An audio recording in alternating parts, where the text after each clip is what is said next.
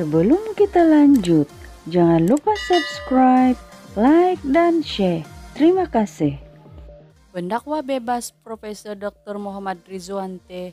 mempersoalkan langkah kerajaan yang membatalkan kemunculannya dalam forum perdana Ehwal Islam pada siaran RTM pada Kamis. Ridwan atau Muhammad Ridwan T. Abdullah 57 berkata, beliau hanya dimaklumkan oleh pihak RTM berhubung pembatalan itu kira-kira 2 hari sebelum siaran langsung tanpa menyatakan alasan mereka berbuat demikian. Saya oke saja, tapi janganlah batal saat-saat akhir. Saya pun masih mempunyai peminat yang menantikan kemunculan saya, katanya kepada Emsta. Pendakwa itu diminta mengulas mengenai langkah stesen penyiaran kerajaan itu melarang kemunculannya dalam rancangan tersebut yang bakal bersiaran pada pukul 9 malam Kamis di TV1. Tempatnya digantikan oleh Ustadz Haryanto Rizal Lokman. Antara ahli panel lain yang terlibat ialah Datuk Ustadz Muhammad Kazim Ilyas dan Ustadz Nabil Ahmad. Difahamkan, keputusan RTM itu dibuat selepas peralihan politik negara yang menyaksikan Kementerian Komunikasi dan Digital diterajui oleh Fahmi Fadzil selaku menterinya.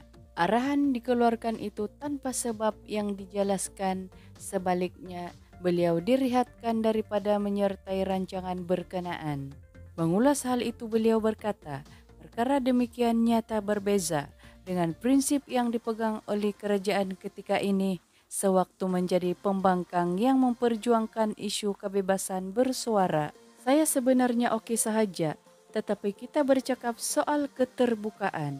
Dulu sewaktu menjadi pembangkang, mereka yang memperjuangkan soal kebebasan bersuara. Tiba-tiba apabila dah memerintah sama juga. Jadi cakap tak serupa bikin. Kalau boleh kita nak lebih baik daripada sebelum ini. Tapi saya tengok lebih kurang sama sahaja, katanya.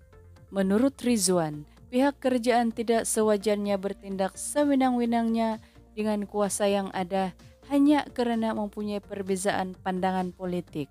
Ujar beliau, stesen televisyen itu adalah hak kerajaan yang mana sumber keuangannya adalah daripada rakyat. Sebagai ahli akademik, jika ada perkara yang pernah dilontarkannya sebelum ini tidak betul, pihak-pihak berkenaan boleh memperbetulkannya dengan cara berhujah, bukan melarang untuk beliau berdakwah kepada orang ramai. Saya ini ahli akademik dan bukannya ahli politik. Kalau ada perkara yang saya cakap tidak betul, kita boleh sama-sama berhujah, bukannya menggunakan kuasa untuk menyekat saya keluar dari televisyen, ujarnya. Dalam pada itu, Ridzuan T. berkata, dia antara individu yang menghidupkan program Bual Bicara itu seawal tahun 90-an sehingga mendapat rating tinggi daripada penonton. Namun, beliau akur atas kehendak pihak berkuasa dan mengakui sudah terbiasa dengan situasi ini. Saya ingat lagi pada awal tahun 90-an, kita lah yang berhempas pulas menghidupkan program ini sehingga rating berjuta-juta. Biasalah, dalam dunia memang ada turun naik.